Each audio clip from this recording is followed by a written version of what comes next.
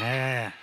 자, 오늘은 이제 우리 성탄주를 앞두고 한 4주 동안 우리가 지키는 대강절 또는 대림절입니다. 그래서 대림절 첫 주에 촛불을 제일 먼저 켜는데 오늘 초동 1부에 황지유 자매가 이렇게 촛불을 먼저 점화하도록 하겠습니다.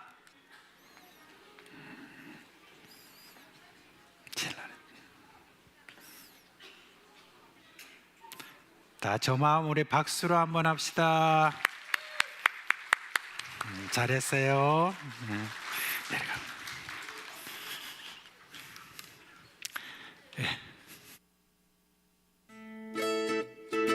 사상교회 식구님들, 지금부터 광고가 시작됩니다.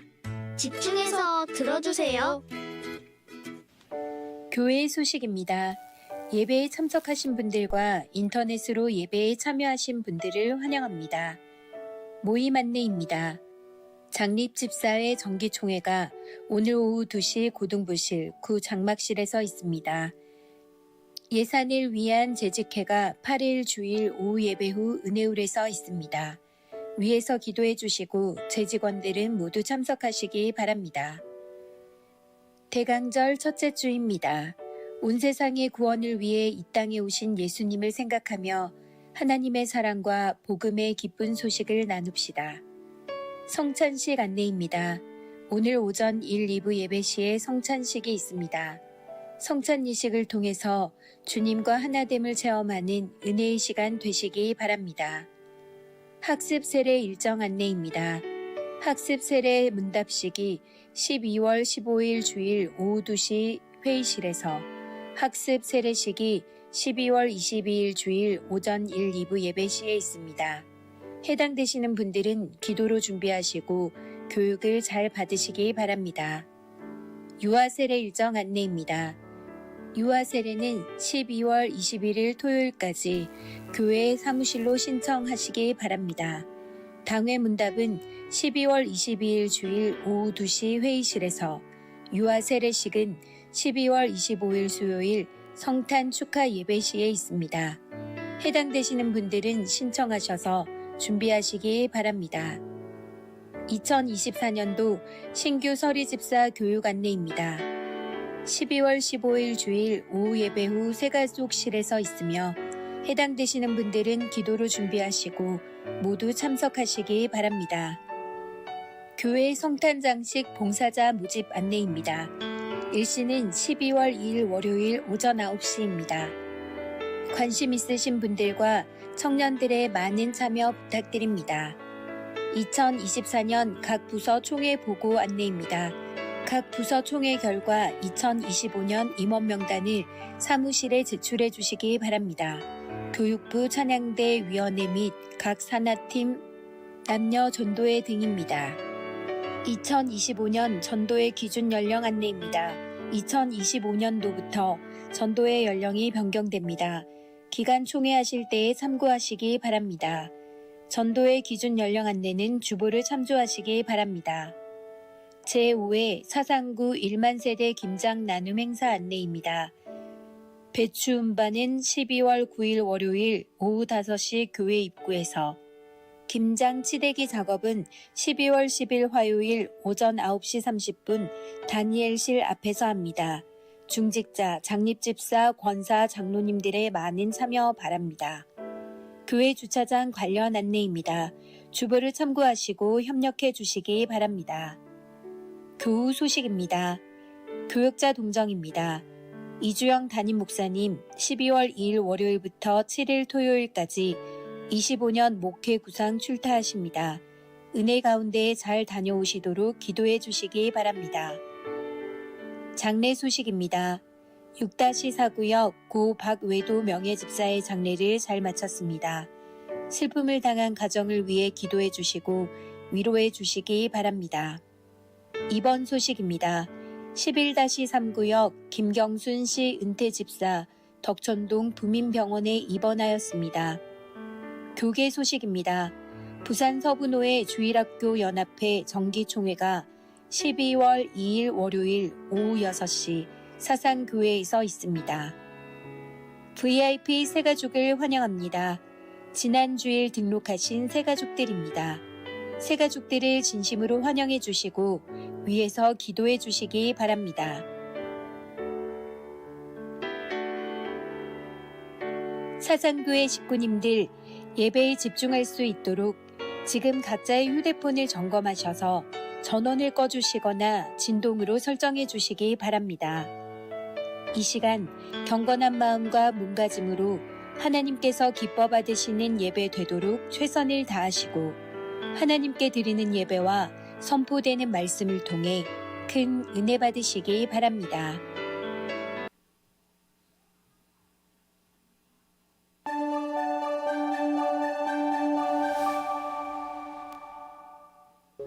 그가 우리를 향해 걸으신다.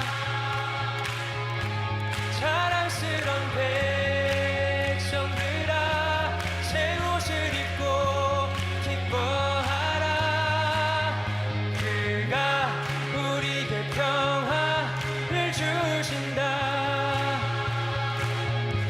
주의 사랑에 감격하여 모두 하나님을 사랑하자.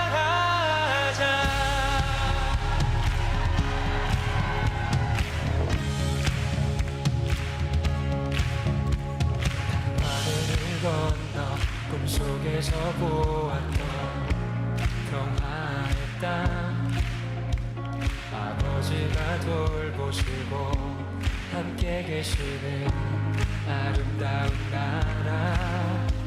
그곳에서 새싹처럼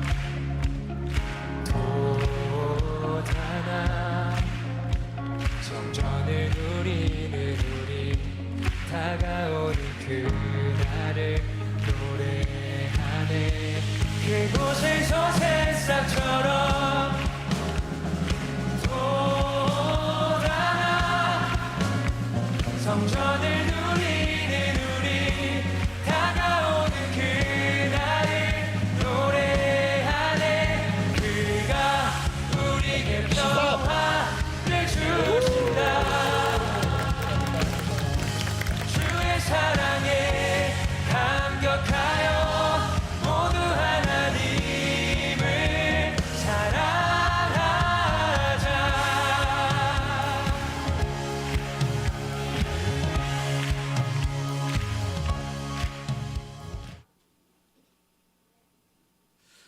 네, 반갑습니다.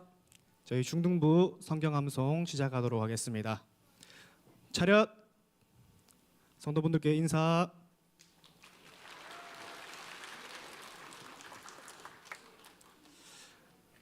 (1월) 호세아 6장 3절 말씀.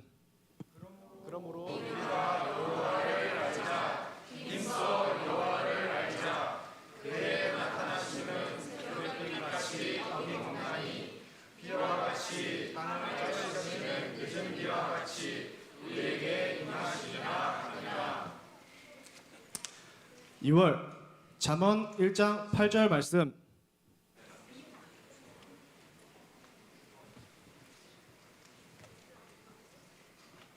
Listen, my son, to your father's instruction, and do not forsake your mother's teaching.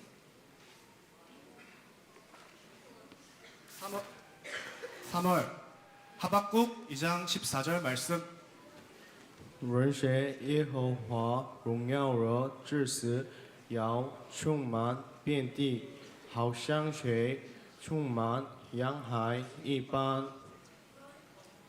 4월 요한복음 17장 3절 말씀. 영생은 곧 유일하신 참 하나님과 그가 보내신 자 예수 그리스도를 아신 것이니라. 5월 요한복음 5장 39절 말씀. あなた方は聖書の中に永遠の命があると思って調べているが、この聖書は私について証しをするものである。 6월 빌립보서 3장 7절로 8절 말씀. 그러나 무엇이든지 내게 유익하던 것을 내가 그리스도를 위하여 다 해로 여길 뿐더러 또한 모든 것을 해로 여김은 내 주 그리스도 예수를 아는 지식이 가장 고상하기 때문이라. 7월 잠언 22장 17절 말씀.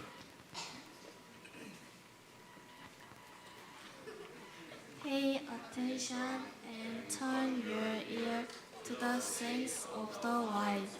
Apply your heart to what I teach.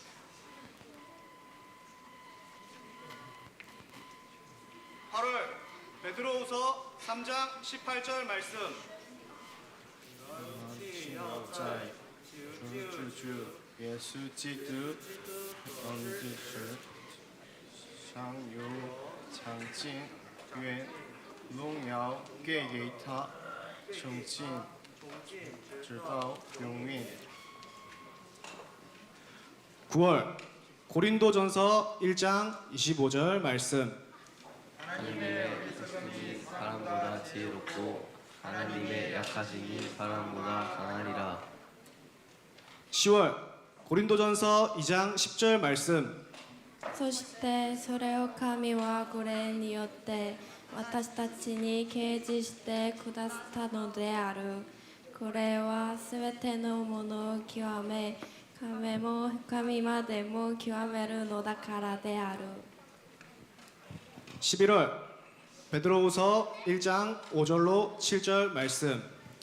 그러므로 너희는 더욱 힘써 너희 믿음의 덕의 지식의 절제의 인내의 경건의 형제 우애의 사랑을 더하라. 12월 시편 27편 4절 말씀. 내가 여호와께 바라는 한 가지 그것을 구하리니 곧 내가 내 평생에 여호와의 집에 살면서 여호와의 아름다움을 바라보며 그의 성전에서 사모하는 그것이라. 아멘. 차렷. 성도분들께 인사.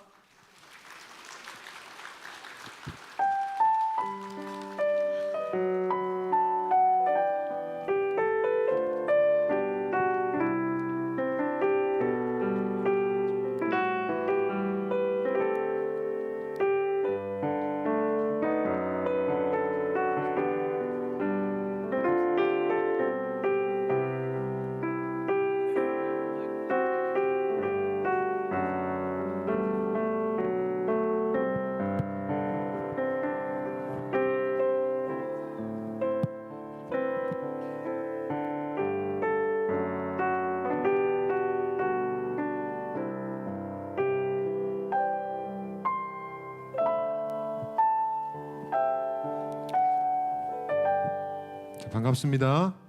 우리 전세대 예배 참석하신 모든 분들 환영하고 축복합니다. 옆에 계신 분 모시고 한번 인사하시겠습니다. 참 잘 오셨습니다.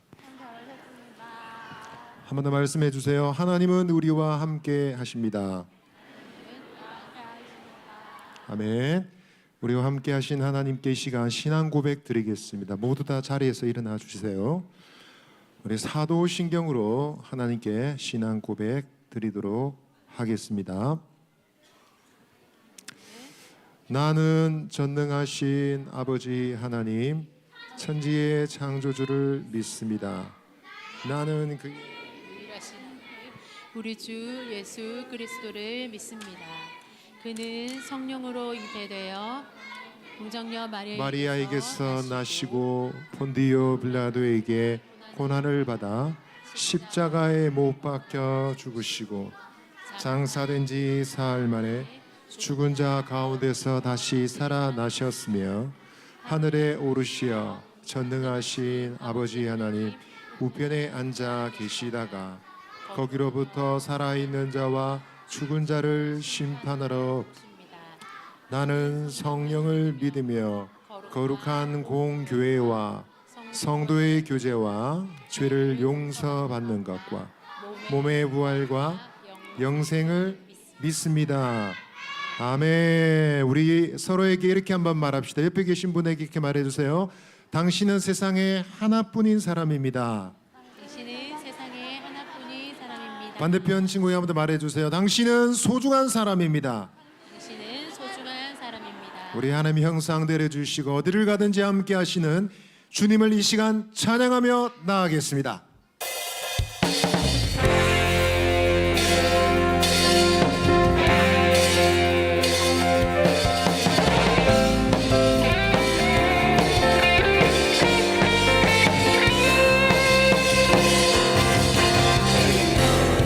세상에 하나뿐인 소중한 사람 하나님 형상대로 귀하게 만드셨죠. 어디서 무엇을 하든지 어디를 가든지 하나님 함께 계셔 영통하리라. 능력의 하나님 위대하신 하나님 찬양하리라 기쁨으로 승리하리라 능력의 하나님 위대하신 하나님 찬양하리라 기쁨으로 승리하리라. 너는 세상에 세상에 하나뿐인 소중한 사람 하나님 형상대로 귀하게 만드셨죠. 어디서 무엇을 하든지 어디를 가든지 하나님 함께 계셔 영통하리라. 능력의 하나님 위대하신 하나님 찬양하리라 기쁨으로 승리하리라. 능력의 하나님 위대하신 하나님 찬양하리라 기쁨으로 승리하리라. 우리 다시 한번 찬양할 때는 우리 친구들 다 자리에서 일어날까요? 우리 함께 율동하며 우리 목소리 죽게 드리며 찬양을 나가겠습니다.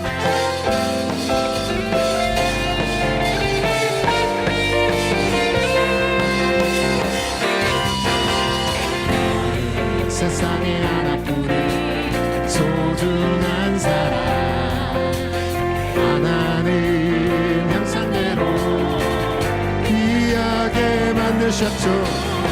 어디서 무엇을 하든지 어디를 가든지 하나님 함께 계셔 영통하리라. 능력의 하나님 위대하신 하나님 찬양하리라 이름으로 승리하리라. 능력의 하나님 위대하신 하나님 찬양하리라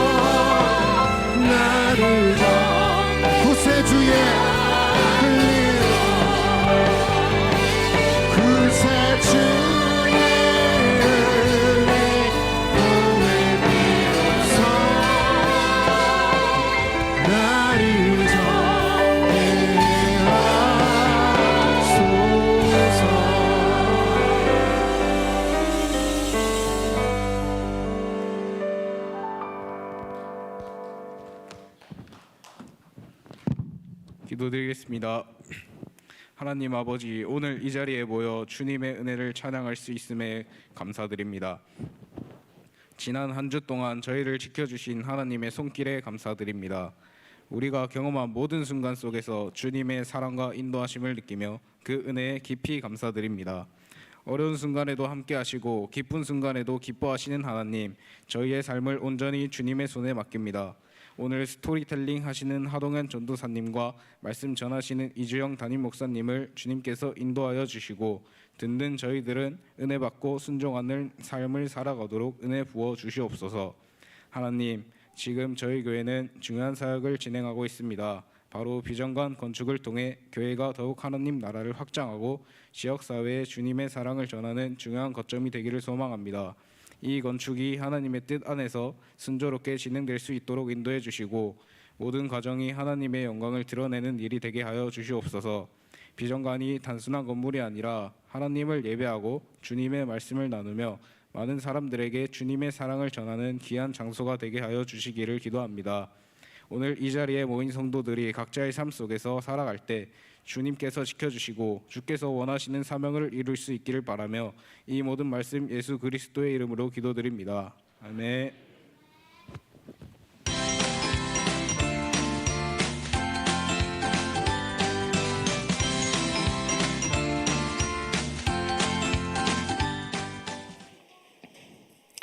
반갑습니다.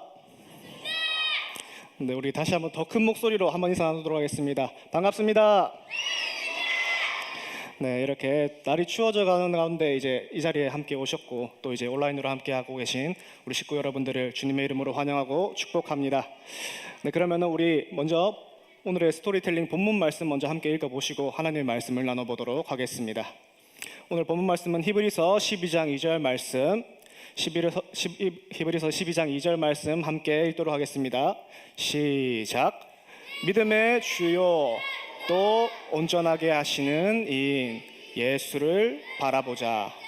그는 그 앞에 있는 기쁨을 위하여 십자가를 참으사 부끄러움을 개의치 아니하시더니 하나님 보좌 우편에 앉으셨느니라.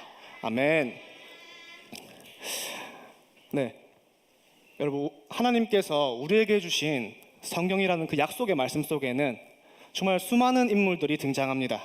그런데 오늘 말씀에는 그 중에도 한 두어 사람의 이야기를 소개하면서 우리 함께 믿음의 사람이라면, 그리스도인이라면 어떤 믿음의 자세를 가지고 살아가야 되는지 우리 함께 나눠보도록 하겠습니다. 제가 첫 번째로 여러분들에게 소개드리고자 하는 인물은 노아라는 인물입니다. 하나님께서는 노아에게 이 땅을 물로 심판하실 것이라는 경고의 메시지를 주셨습니다. 그리고 또 그 심판에서 살아남기 위해서는 큰 배 한 척을 지으라고 말씀하셨어요. 그 배가 우리가 너무나도 잘 알고 있고 많이 들었을 법한 그 노아의 방주입니다. 하나님께서는 노아에게 이 땅을 물로 심판할 것인데 살고자 하는 자들을 모두 이 방주 안으로 들여보내라고, 그러면 하나님의 구원의 은혜를 누릴 수 있다고 하나님께서는 약속하셨습니다. 노아는 이 하나님의 약속을 굳게 믿었습니다. 그리고 곧장 배로 향하여서 방주를 빨리 짓기 시작하였고, 틈틈이 그 주위에 있는 이웃들에게 아무것도 이 심판의 메시지를 알지 못하고 그냥 먹고 놀고 자기 하고 싶은 대로 살고 있는 그 이웃들에게 하나님께서 자신에게 주신 그 경고의 메시지, 이 땅을 물로 심판할 것이다. 그러니 너희 이렇게 살 때가 아니다. 돌아와서 같이 방주를 짓고 그 안으로 들어가자 하는 그 메시지를 이웃들에게 전했습니다. 그런데 어떻게 됐을까요? 그 이웃들은 이 메시지를 하나도 듣지 않았습니다.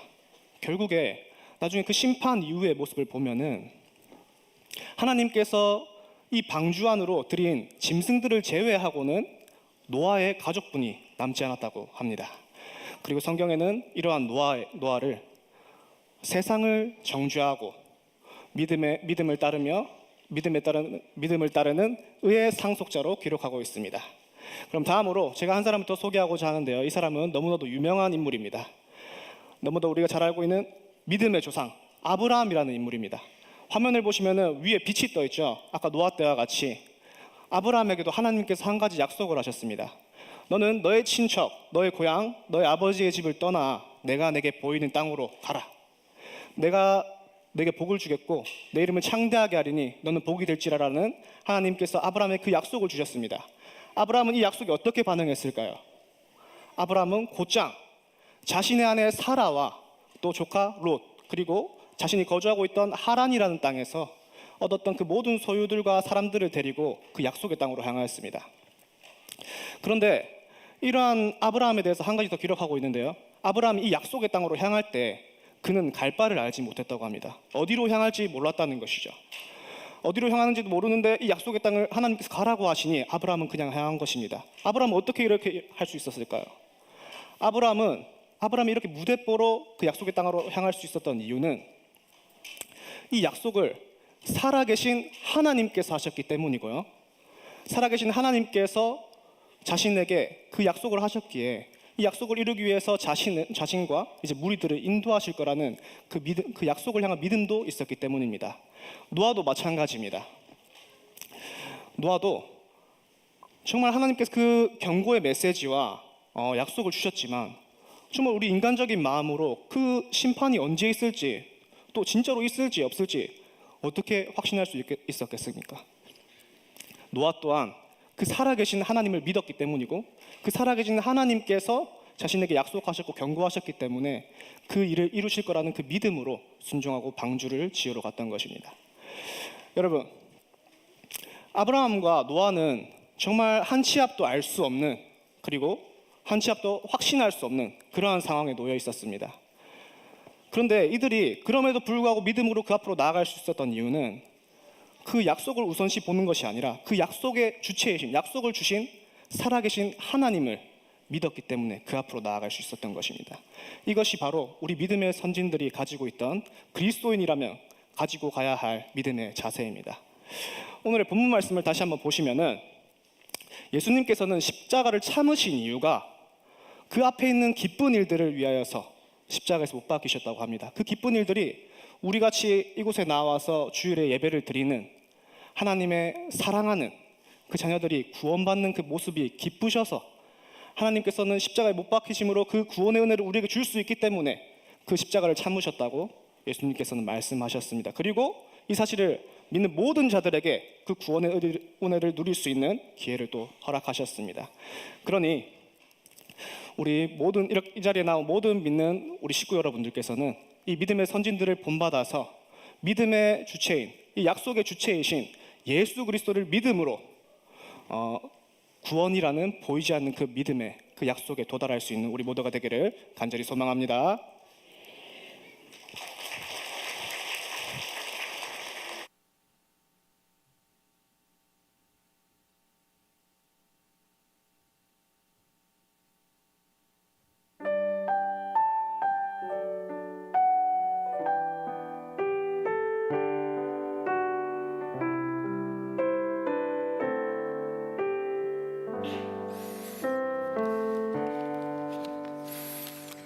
자, 하나님께 드린 헌금 하나님께 올려드리겠습니다. 우리 손 모으고 기도하겠습니다. 사랑의 하나님 아버지, 지난 한 주간 동안 하나님께서 우리를 보호하시고 이끌어 주셔서 감사를 드립니다. 이제 이 시간 저희들이 함께 모여 예배하며 이렇게 헌금을 드립니다. 이 헌금 받아 주옵시고 또 이 헌금을 축복해 주시고 이 헌금이 가는 곳곳마다 하나님의 영광이 드러나도록 하여 주시옵소서. 하나님, 간절한 마음으로 이 시간 바라오니 우리 사랑하는 모든 식구들 하늘의 신령한 것과 땅에 기름진 것을 채워주셔서 수많은 이들에게 나눠주고도 남는 그런 복을 주시기를 간절히 소원합니다. 우리 어린 식구들은 어릴 때부터 성령과 지혜로 충만하게 하여 주셔서 하나님이 주신 뚜렷한 그런 비전을 갖고 살게 하여 주시옵소서. 우리 주 예수 그리스도의 이름으로 축복하며 기도합니다. 아멘.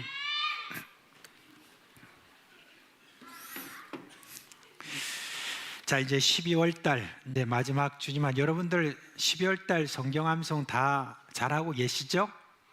그냥 할까요? 아니면 보여드릴까요? 네. 자, 한번 보여주세요. 네, 우리 같이 하겠습니다. 시작. 시편 27편 4절 말씀.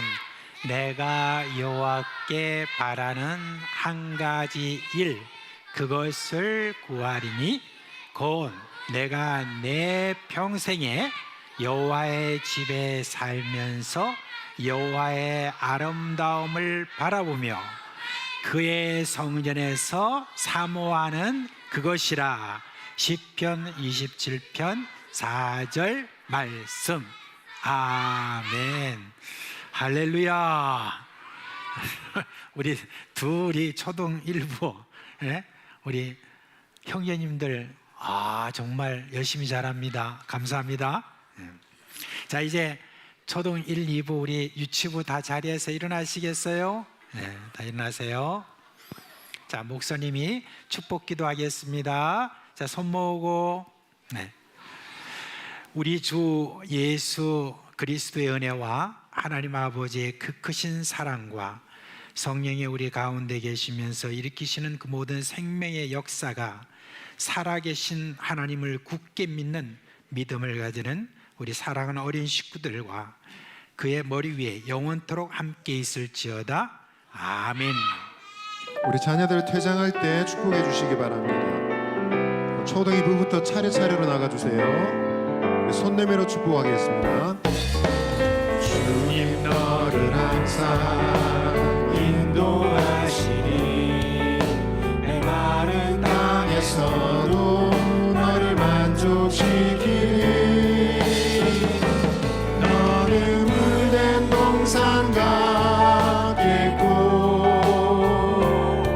마르지 않는 샘 같으니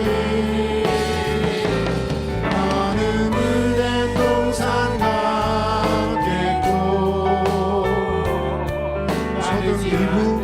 초등 1부 개장하겠습니다. 주님 너를 항상 인도하시니 메마른 땅에서도 너를 만족시키니. 유치부 개장하겠습니다. 유치부 개장하겠고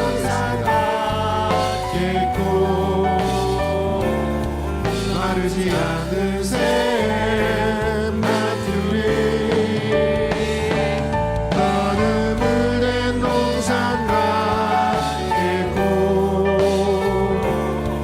마르지 않는 샘. 너는 물된 동산 같겠고 너는 물된 동산 같겠고 마르지 않는 샘 같으니 너는 물된 동산 같겠고 마르지 않는 샘 같으니.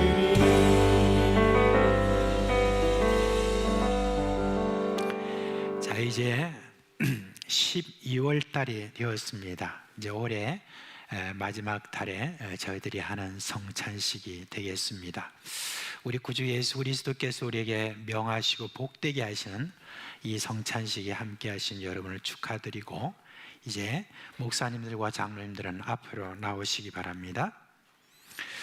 우리가 성찬식을 하는 이 목적에 대해서 늘 마음에 새기시길 바랍니다. 첫째는 예수 그리스도께서 우리를 위해서 행하신 그 일을 마음에 새기고 또한 우리가 모두 그리스도 예수 안에서 한 피바다 형제 자매 된 것 그걸 생각하며 예수님께서 새 계명을 주신 서로 사랑하라는 이 말씀을 새롭게 우리가 다짐하는 그런 시간이 되겠습니다. 자, 이제 세례를 받으신 분들은 다 자리에서 일어나시기 바랍니다.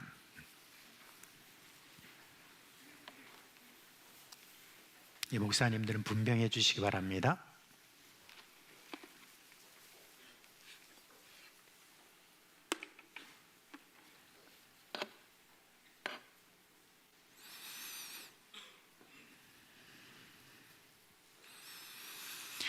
기도하겠습니다.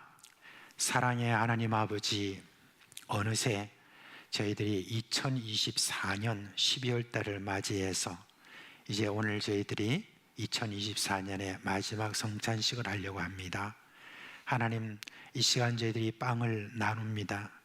또한 우리 하나님께서 예수 그리스도로 하여금 생명의 빵이라고 하셨고 이것을 너희가 먹으라고 하신 명령에 따라서 지금 이것을 나눕니다. 이것을 나눌 때 성령께서 우리 마음에 역사하여 주셔서 생명 되신 예수 그리스도가 하나가 되는 그 은혜가 우리 가운데 임하여 주시옵소서. 감사드리며 예수님의 이름으로 기도합니다. 아멘. 빵을 받으시고 난 다음에 여러분 가족이 계시다가 함께 먹도록 그렇게 하겠습니다.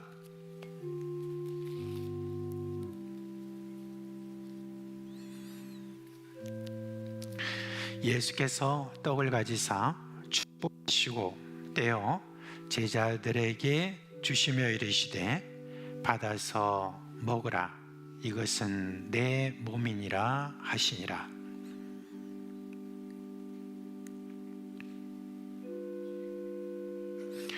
예수께서 떡을 가지사 축복하시고 떼어 제자들에게 주시며 이르시되 이것을 받아 먹으라 이것은 내 몸이니라 하시니라.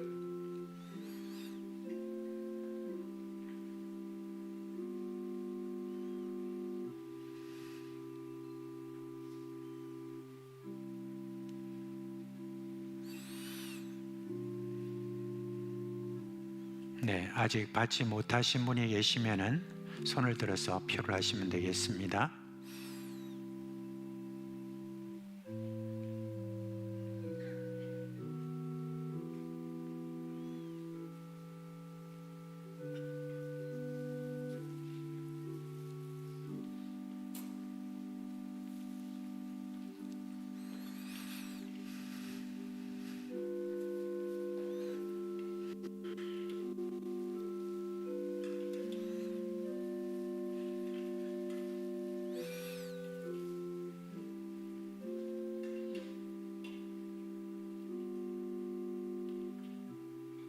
우리를 향하신 하나님의 그 사랑을 우리가 함께 생각하면서 함께 먹겠습니다.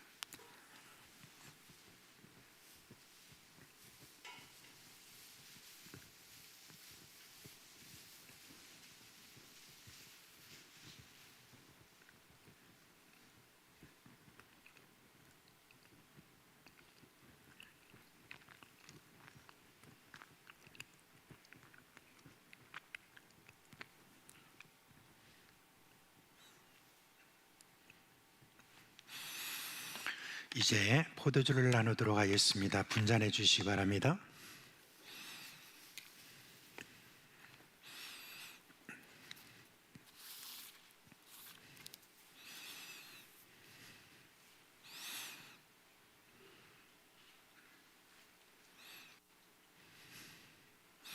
예, 함께 기도합니다. 보혈의 피로 우리를 구원해 주신 예수 그리스도의 그 은혜에 감사를 드립니다. 지금도 우리 가운데 성령으로 그 보혈의 피가 역사하여서 우리로 하여금 최후의 승리까지 그렇게 우리에게 늘 은혜 주시고 능력 주심을 감사를 드립니다. 이 시간 저희들이 이 포도주를 나눌 때에 우리 성령께서 우리에게 감동시켜 주셔서 우리가 어떻게 이런 큰 구원을 받았는가 하는 그런 귀한 감격이 임하는 은혜가 있게 하여 주시옵소서. 예수 그리스도의 이름으로 감사하며 기도합니다. 아멘.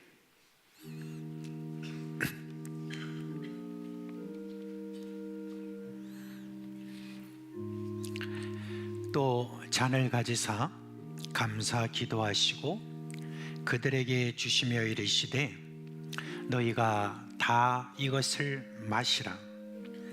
이것은 죄 사함을 얻게 하려고 많은 사람을 위하여 흘리는 바 나의 피 곧 언약의 피니라.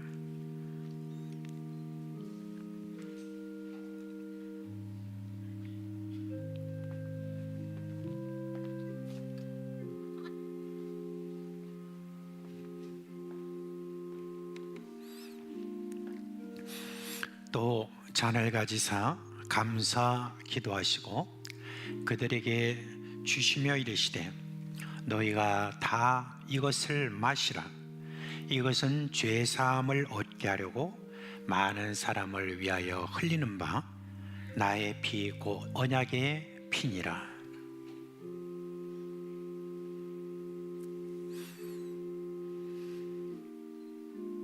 예, 받지 못하신 분은 손을 들어서 표를 해주시기 바랍니다.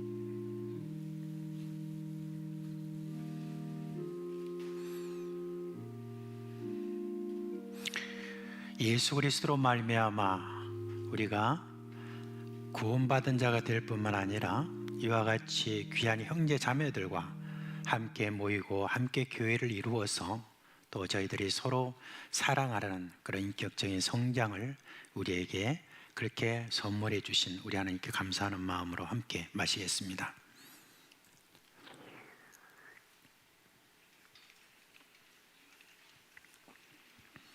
네, 이제 자리에 앉으시기 바랍니다.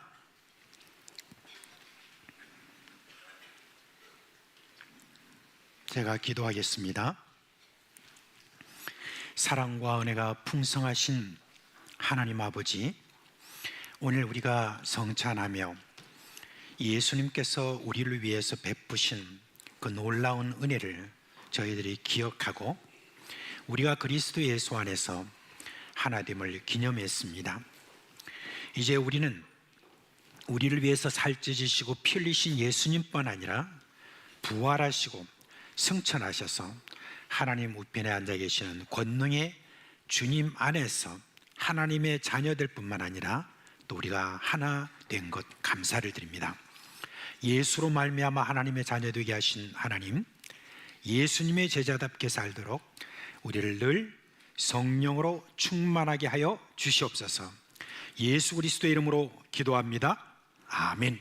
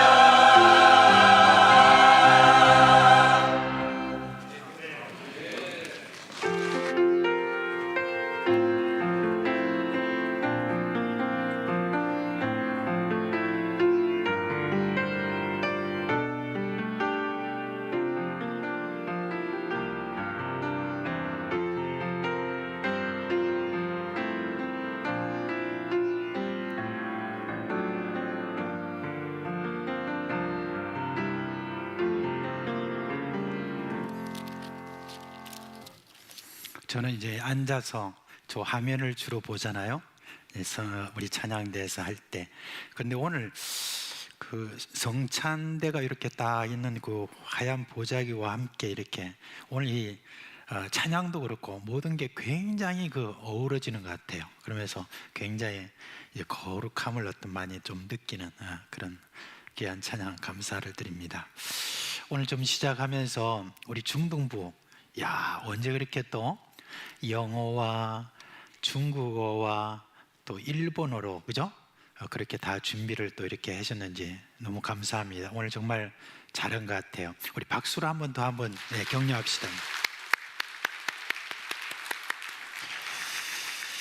오늘 설교할 본문의 말씀은 마태복음 3장입니다. 마태복음 3장 1절로 3절의 말씀을 함께 읽도록 하겠습니다. 마태복음 3장 1절로 3절의 말씀입니다. 자, 그러면 함께 읽겠습니다.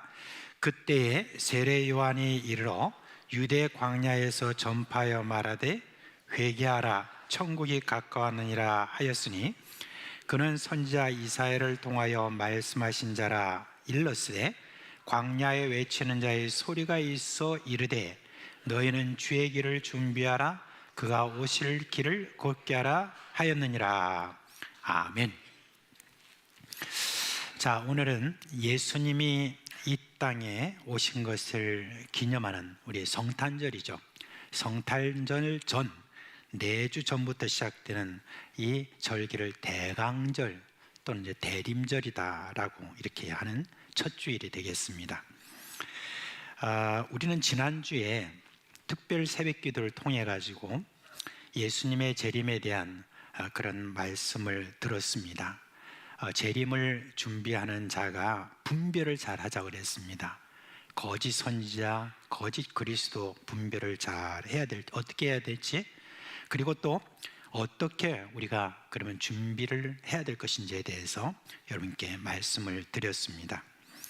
오늘은 예수님이 이 땅에 오시기 전에 앞서 오신 세례 요한에 대한 예언의 말씀을 통해서 길을 만드시는 하나님이라는 제목으로 말씀을 드리려고 합니다. 세례 요한에 대한 이사야의 예언, 그게 오늘 우리가 읽은 본문의 3절에 있죠. 거기 보면은 광야에 외치는 자의 소리가 있어 이르되 너희는 주의 길을 준비하라, 그가 오실 길을 곧게 하라 라고 하는 것입니다. 이사야 40장 3절의 예언의 말씀을 이제 이렇게 지금 전하게 된 겁니다. 그 광야에 외치는 자의 소리가 바로 세례 요한입니다. 광야에 외치는 자의 소리인 이 세례 요한이 이 땅에 출생한 때는 예수님보다 6개월 전입니다. 이에 대해서 이제 누가복음에 자세히 이렇게 기록되어 있습니다. 누가복음 1장 5절부터 23절까지의 세례 요한이 충생한 때가 언제였는지 우리에게 알려주고 있습니다. 때는 언제냐? 유대왕 헤롯 때다라고 이렇게 말하고 있습니다. 여러분, 그 유대왕 헤롯 때 이렇게 했을 때 그때가 언제냐? 이스라엘은 당시 로마의 식민지였습니다. 그런데 유대왕 헤롯은 이스라엘의 어떤 지파에도 속하지 않은 이방인이었습니다. 그의 아버지 안티파테르라고 있었는데 이 사람은 원래 에돔 족속이었습니다. 그런데 이후에 안티파테르는 유대인으로 개종해서 그렇게 해서 유대인이 된 사람입니다. 그는 아주 정치적 수완이 아주 뛰어납니다. 그래서 그는 지금의 요르단 지역이라고 하는, 그때 당시 이두메라고 하죠. 거기에 총독으로 임명이 되었습니다. 여러분, 이 이두메라는 말은 무슨 말이냐면 에돔이라는 말의 그 헬라어 표현이 바로 이두메입니다. 그러니까 이제 안티파테르는 로마에 의해서 임명된 에돔의 왕으로 그렇게 생각하시면 됩니다. 이후에 그 아들 중에 둘째인 헤롯, 그 헤롯 역시 정치적 수완이 참 좋아가지고 로마에 의해서 갈릴리 그 지역의 총독으로 임명이 되었습니다. 그런데 그 갈릴리에서 당시에 도적들이 굉장히 많이 들끓었는데 그 도적들을 잘 이렇게 정리했다, 그런 어떤 공을 인정받아서 로마로부터 유대의 왕으로서 그렇게 임명된 그런 사람입니다. 그러니까 헤롯은 로마가 이스라엘을 통치하는 아주 훌륭한 그런 수단이었다라고 이렇게 보면 됩니다. 그랬으니까 그 당시 이스라엘의 정치계, 종교계, 곳곳 경제계 할 것 없이 모든 주요 요직에는 누가 있었느냐? 바로 로마에 충성하는 자들, 그런 자들이 다 있었다라고 생각하시면 되겠습니다. 이제 헤롯에 대해서 좀 더 말씀을 드리면, 헤롯은 성경에 이렇게 보면은 출생 당시에 자신의 왕위가 위협받겠다는 그런 생각으로 예수님이 이제 출생할 당시에 그때 베들레헴과 주변 지역에 있는 2살 아래에 있는 모든 아이들을 다 죽였다고 그랬습니다. 여러분, 이게 정말 잔인한 그런 행동이죠.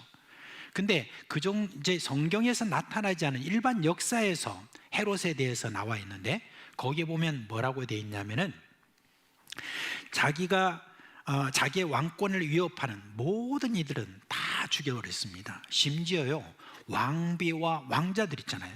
그 중에서 자신의 왕익을 위협한다고 생각하는 그런 자들을 다 죽일 정도였으니까 얼마나 많은 사람을 죽였는지 알만합니다. 그런데 이 헤롯이 그러면서도 유대인들의 종교적인 어떤 환심을 사기 위해서 대표적으로 한 게 뭐냐면 성전 건축입니다. 그렇게 해서 성전 건축을 했는데 그 성전을 건축하는 그 설계를 이 헤롯이 했어요. 그러니까 아주 뛰어난 설계자라고도 볼 수 있죠. 얼마나 크게 그렇게 건설하려고 했는지 그러니까 BC 19년, 예수님 오시기 전 19년부터 시작해가지고 9년 만에 골조 공사를 거의 다 끝냈습니다. 그리고 난 다음에 계속 공사를 해서 AD 37년, 그러니까 막 계산해 보면 거의 46년이 되지 않습니까? 46년 동안에 건축을 해서 거의 공사가 이제 끝났고, 최종적인 공사 완성은 언제냐면은 AD 63년이었다라고 하니까 이 헤롯이 지은 이 성전이 얼마나 크고 화려했는지 하는 것을 우리가 볼 수가 있습니다. 그러자 이제 유대인들은 그것을 보고 굉장히 좋아했죠. 성전을 그렇게 건축해 주었으니까. 그러나 예수님은 이 성전을 딱 보고 뭐라고 하셨냐면, 이 성전을 헐라, 그러면 내가 3일 만에 내가 성전을 다시 세우겠다라고 그렇게 하셨습니다. 물론 이 말씀은 자신의 몸을 가리켜서 하신 말씀이라고 성경에 그렇게 해석하고 있지만, 그 성전은 이제 사실상 예수님이 생각할 때는 이 껍데기밖에 없는 성전이다라고 하는 것을 알려주시기 위해서 그렇게 하신 것이라고 볼 수 있습니다. 겉보기에는 그렇게 화려한 성전이라 해도, 그러나 그건 정치적인 의도에 의해서 세워졌을 뿐만 아니라 그 성전 안에서 일하고 있는 그런 사람들 역시 그냥 아무런 의미가 없는 그런 사람들이다, 오히려 백성들에게 더 어려움을 주고 있는 그런 자들이다 하는 것을 예수님께서 알려주셨습니다. 그래서 그 성전에서 일하고 있는 제사장과 바리새인 할 것 없이 그런 모든 사람들에 대해서 예수님이 굉장히 그 당시에는 들으면 큰 욕인 독사의 자식들아 라고 이렇게 이야기해요. 여러분, 독사의 자식들아 할 때 그 말이 무슨 뜻이냐면 마귀의 자식들아, 이런 뜻과 똑같은 말입니다. 그렇게 예수님께서 꾸짖으셨습니다. 왜 그러냐면 너희들은 너희들 스스로만 천국에 가지 못할 뿐만 아니라 다른 사람까지 다 끌어가지고 천국으로 가지 못하게 만든 그런 고약한 이 마귀의 자식들이라고 그렇게 예수님께서 말씀해 주셨습니다. 그 당시에 이 이스라엘은 겉보기에는 화려한 성전으로 뭐가 있어 보이지만 영적으로는 깜깜한 그런 어둠이 깔려 있었다는 그런 이야기입니다. 그러니까 이제 그 당시에 서민들은 참 힘들었죠. 로마의 그런 수탈이 있었고, 그리고 높은 자리에 있는 통치자들과 종교인들 모두 다 하나님을 떠나 있는 그런 상태에서 이스라엘 백성들은 어둠을 헤매고 있었습니다. 예수님이 도시와 마을을 다니면서 전도하셨죠. 그때 전도하실 때 자기에게 몰려오는 그 사람들을 보면서 굉장히 민망히 여기셨다, 가슴 아파하셨습니다. 그러면서 예수님께서 이런 말씀하셨습니다. 그들은 목자 없는 양과 같이 고생하며 기진맥진했기 때문이다 라고 그렇게 하였습니다. 정말 어둠이 쫙 깔려있는 바로 그 시대입니다. 그런데 그런 어둠 속에서 하나님은 세례 요한을 준비하셨습니다.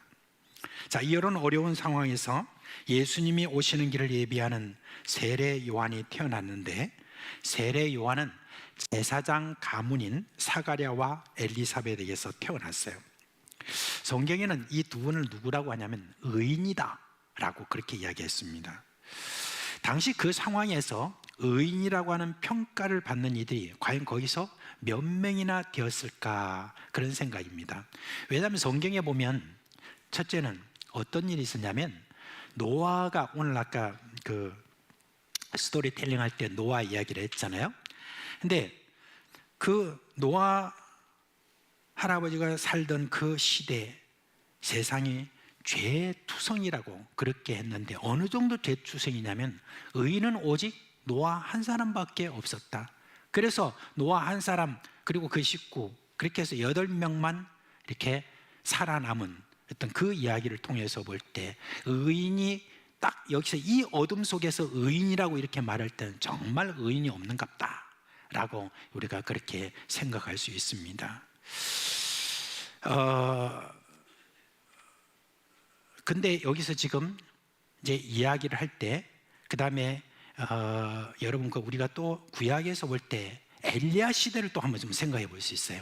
그 엘리야 시대 때 그때 당시에 온통 악인밖에 보이지 않는 그런 시대였습니다. 그 시대 속에서 고군분투하던 엘리야 선지자 있지 않습니까? 그 엘리야 선지자가 그 한 850명이나 되는 그 바알 선지자들과 그 다음에 아세라 선지자들과 대결해서 이기고 난 다음에도 저가 도망가 가지고 로뎀나무 아래에서 우리 하나님께 부르짖었죠. 하나님, 나 이제 도무지 살고 싶지 않습니다. 이런 지금 악인투성인 그런 세상 속에서 내가 어떻게 더 감당을 하겠습니까? 이제 의인이라고는 저 한 사람밖에 안 남았습니다 라고 이제 그렇게 했어요.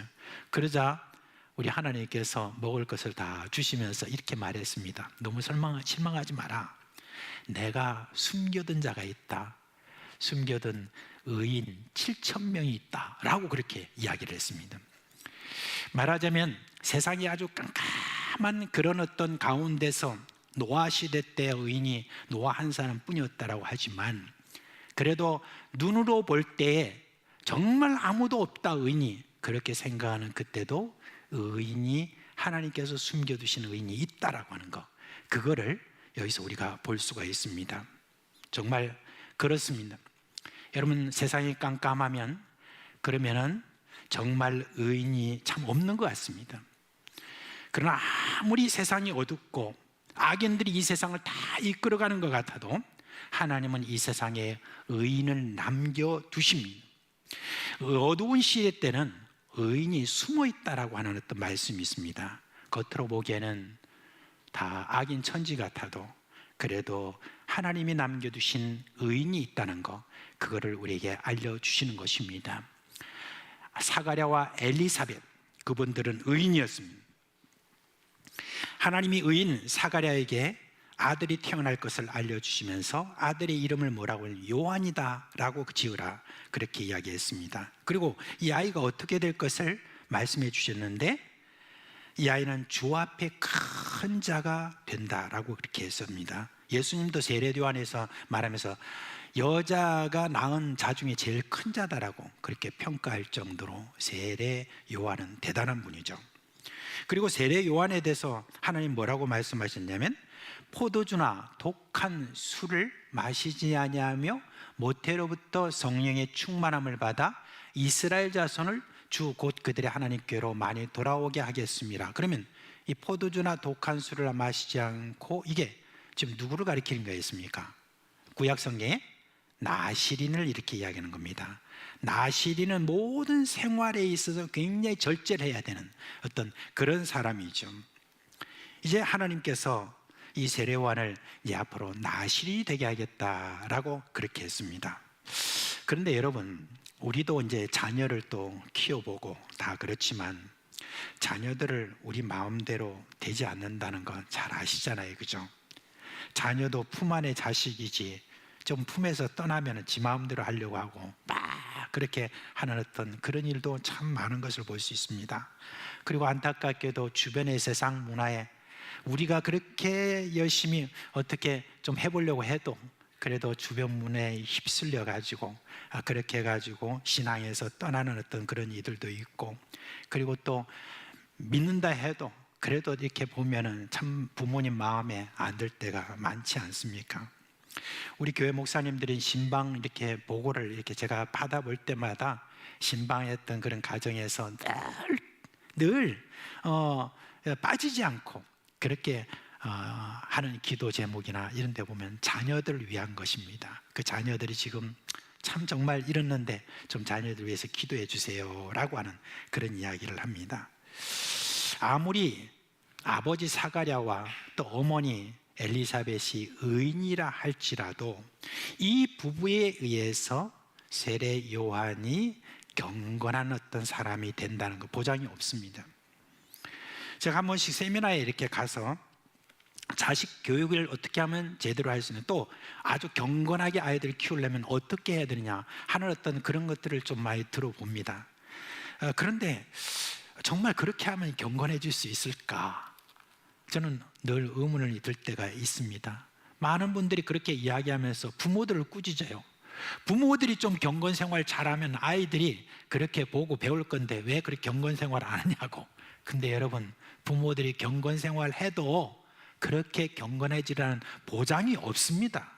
보장이 없어요. 우리가 경험해서 합니다. 아무리 부부가 은인이라고 해도 자식의 신앙을 경건하게 만드는 거 여러분 정말 힘듭니다. 그걸 하나님이 아십니다. 그래서 하나님 말씀하십니다. 뭐라고 합니까? 내가 한다. 그러면 된다. 라고 하신 것입니다. 하나님이 태에서부터 세례 요한을 성령 충만하게 하신다고 하셨고, 그렇게 함으로 말미암아 이 세례 요한은 그 중간에 어떤 일이 있었는지는 모르겠어요. 그렇지만 이 세례 요한은 그 어려운 나시린의 이 서약을 평생 동안 아무런 저항 없이 다 받아들이고, 또한 광야에서 죽을 고생을 마다하지 않는 그런 경건을 힘쓰고, 감옥이 두렵지 않고, 그리고 목자름이 두렵지 않은 그런 자, 이런 자로 만드시는 것 여러분 하나님이 하시는 것입니다. 저는 그래서 참 우리 부모된 자들이 진짜 우리가 의지하고 진짜 우리가 애써야 되는 건 뭐냐면 하나님께 더욱 맡기는 겁니다. 하나님께 더 의지하는 것입니다. 하나님께서 하시도록 하는 것입니다. 내가 하려고 하면 자꾸 자녀들이 뭘 화를 내고 뭐 해라 요구하라 하는 어떤 그런 게 아니라 때론 기다려야 돼요.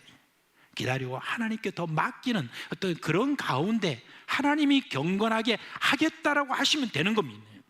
그렇게 하는 어떤 이 일들이 성경에는 너무너무 많이 나타나 있습니다.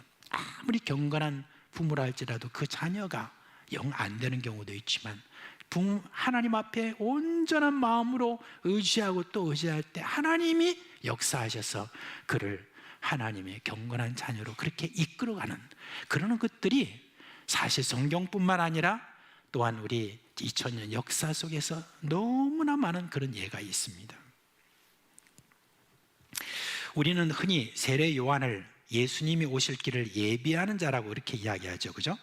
그런데 그걸 보면 궁극적으로 하나님이 그걸 예비하신 주체시다는 거, 이걸 우리가 여기서 볼 수가 있습니다. 그렇습니다. 하나님은요 언제나 길을 만드시는 분으로 우리 가운데 지금 계십니다. 예수님이 제자들이 이런 말씀하셨죠. 나는 길이요 진리요 생명이 나로 말미암지 않고는 아버지께로 올 자가 없느니라, 그렇게 이야기를 했습니다. 그래요, 예수님은 사람이 하나님 아버지께로 갈 수 있는 유일한 길입니다. 그런데 그 예수님을 보내신 분도 하나님이고, 예수님을 십자가에 지게 만든 것도 하나님이고, 부활하게 하신 것도 하나님이 하신 일입니다. 저는요 예수님이 그 십자가에 지시기 전에 겟세마네 동산에서 고통스럽게 그렇게 기도하신 거 있잖아요. 그 고통스럽게 기도하시는데 예수님께서 할 수만 있으면 주님 이 잔을 내게서 옮기시옵소서라고 그 기도한 게 너무 이상한 거예요. 모순이 있는 거예요. 왜냐하면 예수님은 제자들에게 끊임없이 뭐라고 하셨어요? 나는 앞으로 고난을 받고 그 다음에 그 모든 종교 지도자들에 의해서 내가 죽고 사흘 만에 부활할 것이다라고 하는 걸 다 그걸 꿰고 계시면서 제자들에게 자꾸 이렇게 인식을 해주셨던 분이잖아요. 그러니까 자기가 지금 분명히 십자가에 지는 모든 것들은 너무나 당연하고 본인도 그걸 다 받아들이고 있고 다, 그런데 아니 또 하나님 앞에 가서 겟세마네 동산에서 어떻게 그렇게 또 할 수 있으면 좀 내 잔을 좀 이렇게 옮기시옵소서라고 그렇게 기도했다는 게 좀 처음엔 좀 너무 이상했어요.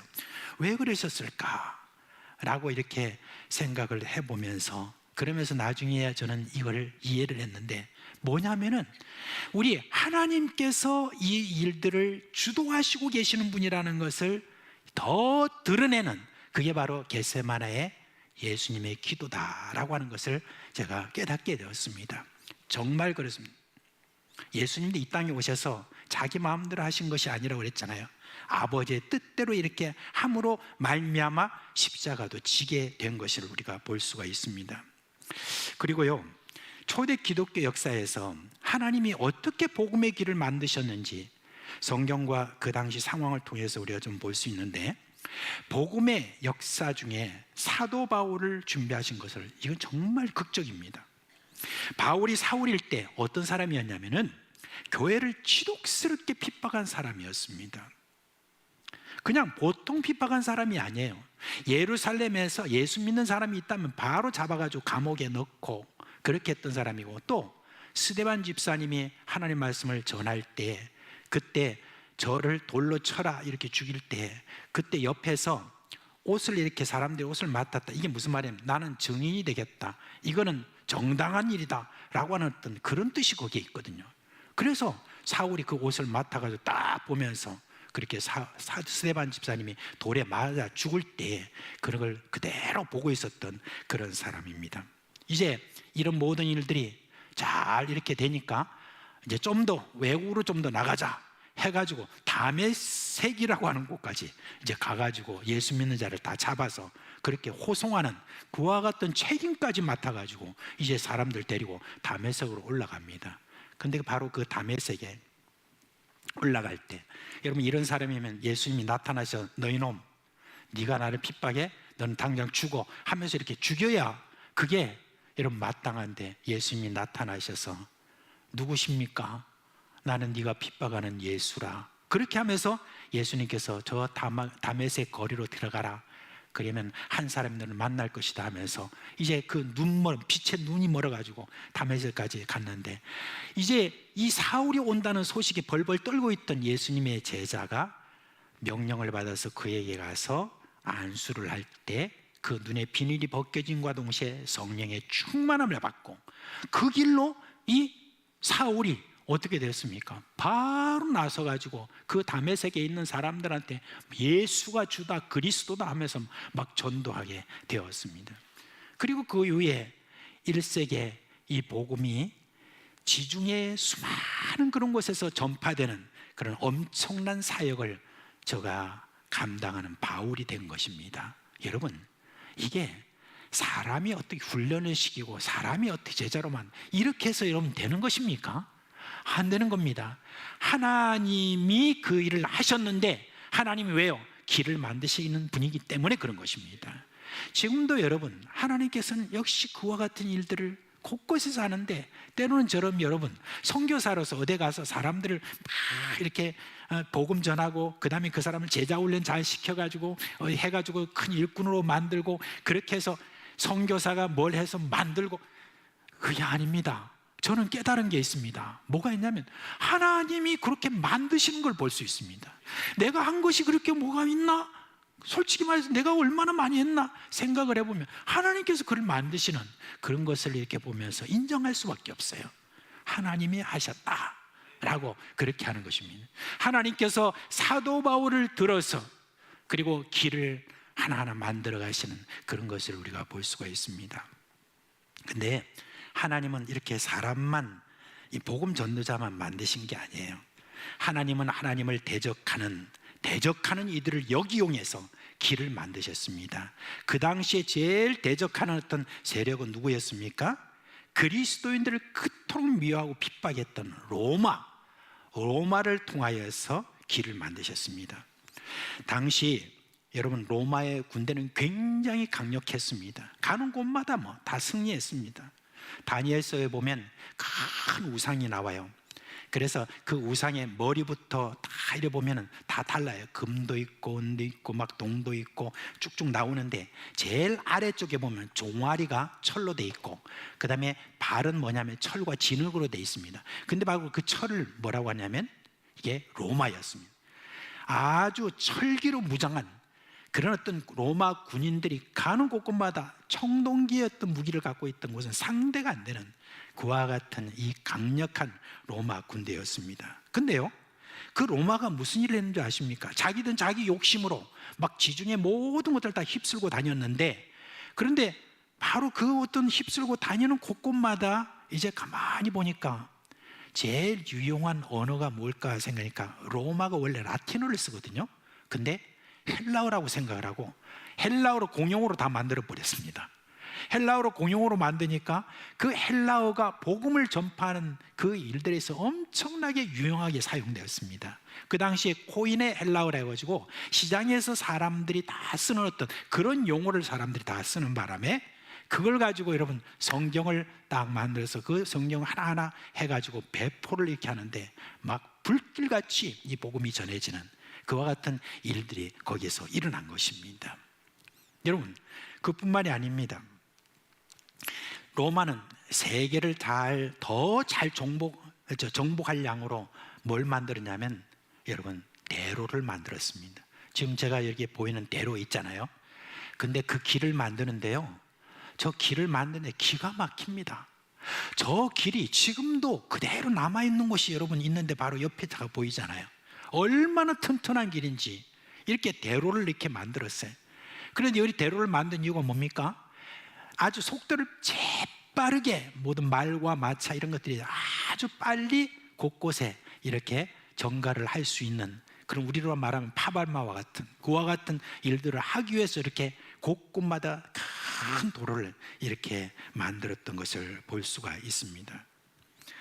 여러분, 지난 2000년 동안 기독교 역사에 보면 수많은 흑암의 위기를 겪었습니다. 이제는 기독교가 세상에서 사라지는가 하는 그런 때도 있었습니다. 그런데 하나님은 사람이든 권력이든 환경이든 그 어떤 것도 하나님은 길로 만드시는 분이었습니다.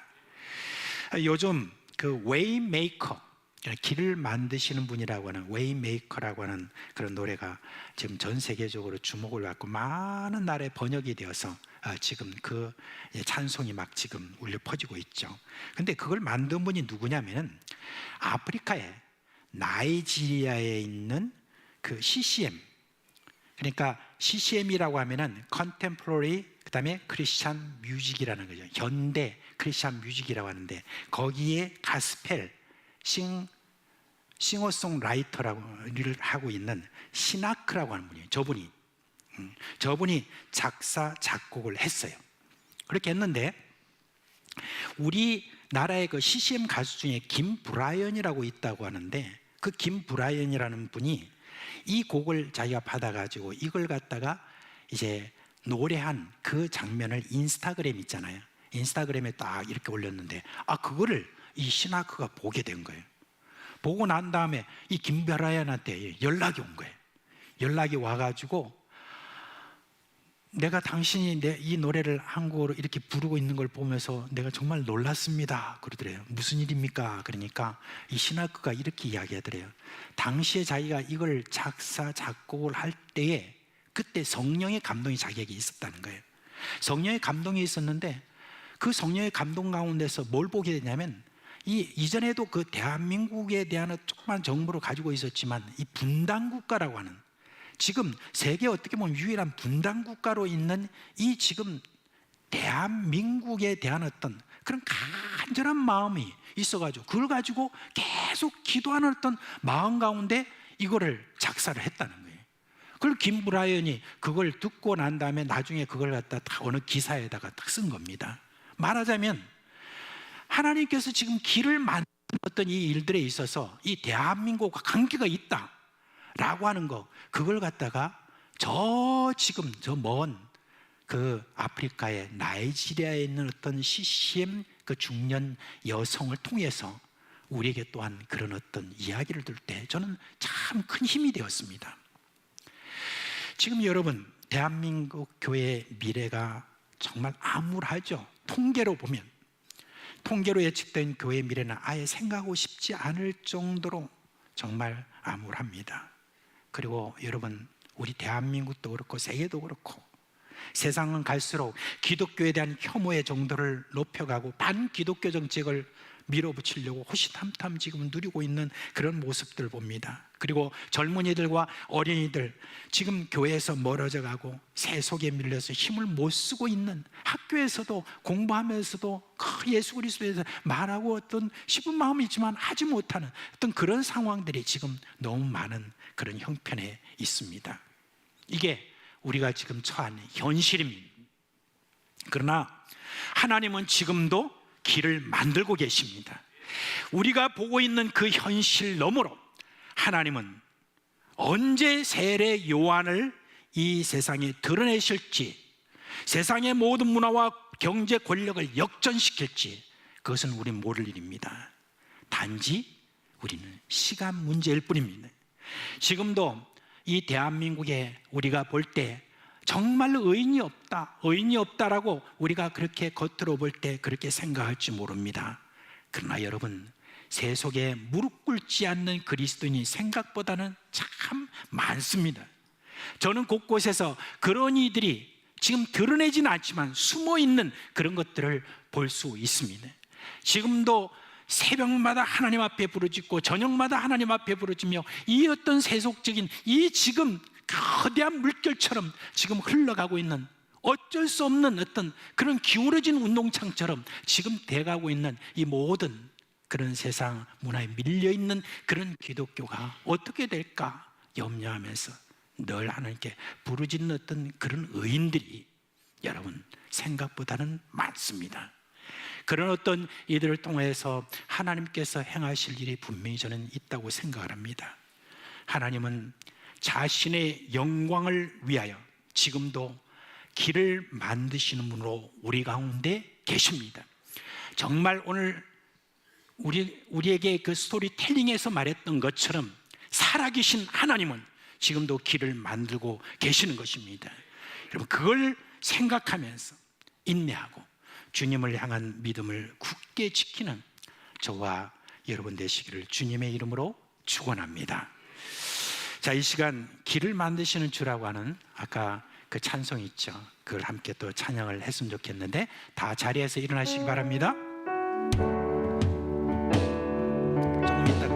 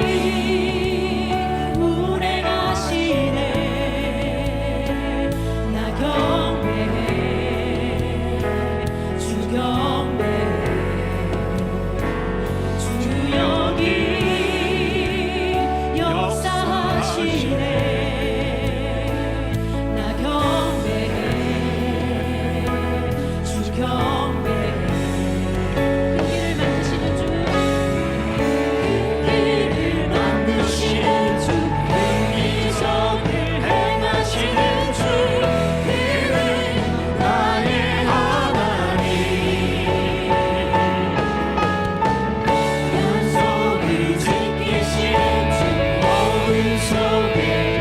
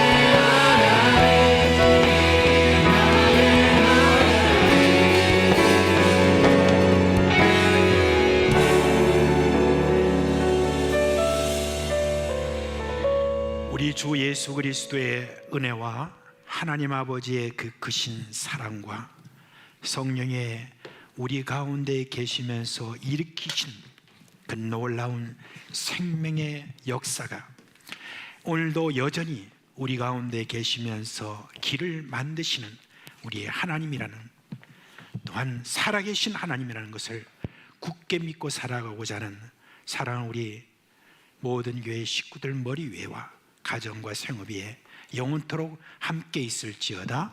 아멘.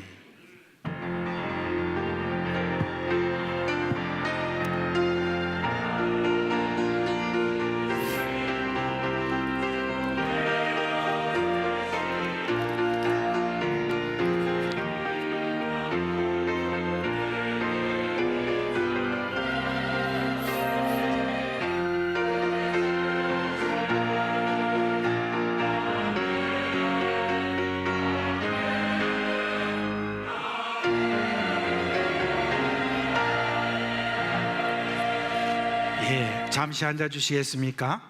이제 오늘부터 대강절 시작이고, 그리고 또 이제 성탄 추리를 또 이제 준비를 이렇게 해야 되는데, 내일 이제 오전 9시부터 성탄 추리를 이제 준비합니다. 그래서 좀 시간이 좀 되시는 그런 분들은 이렇게 나오셔서 조원재 장로님 주도로 해서 일들이 되니까 여러분 많이 좀 도와주시기를 바랍니다. 예수 그리스도의 은혜와 평강으로 여러분의 축원합니다. 아멘.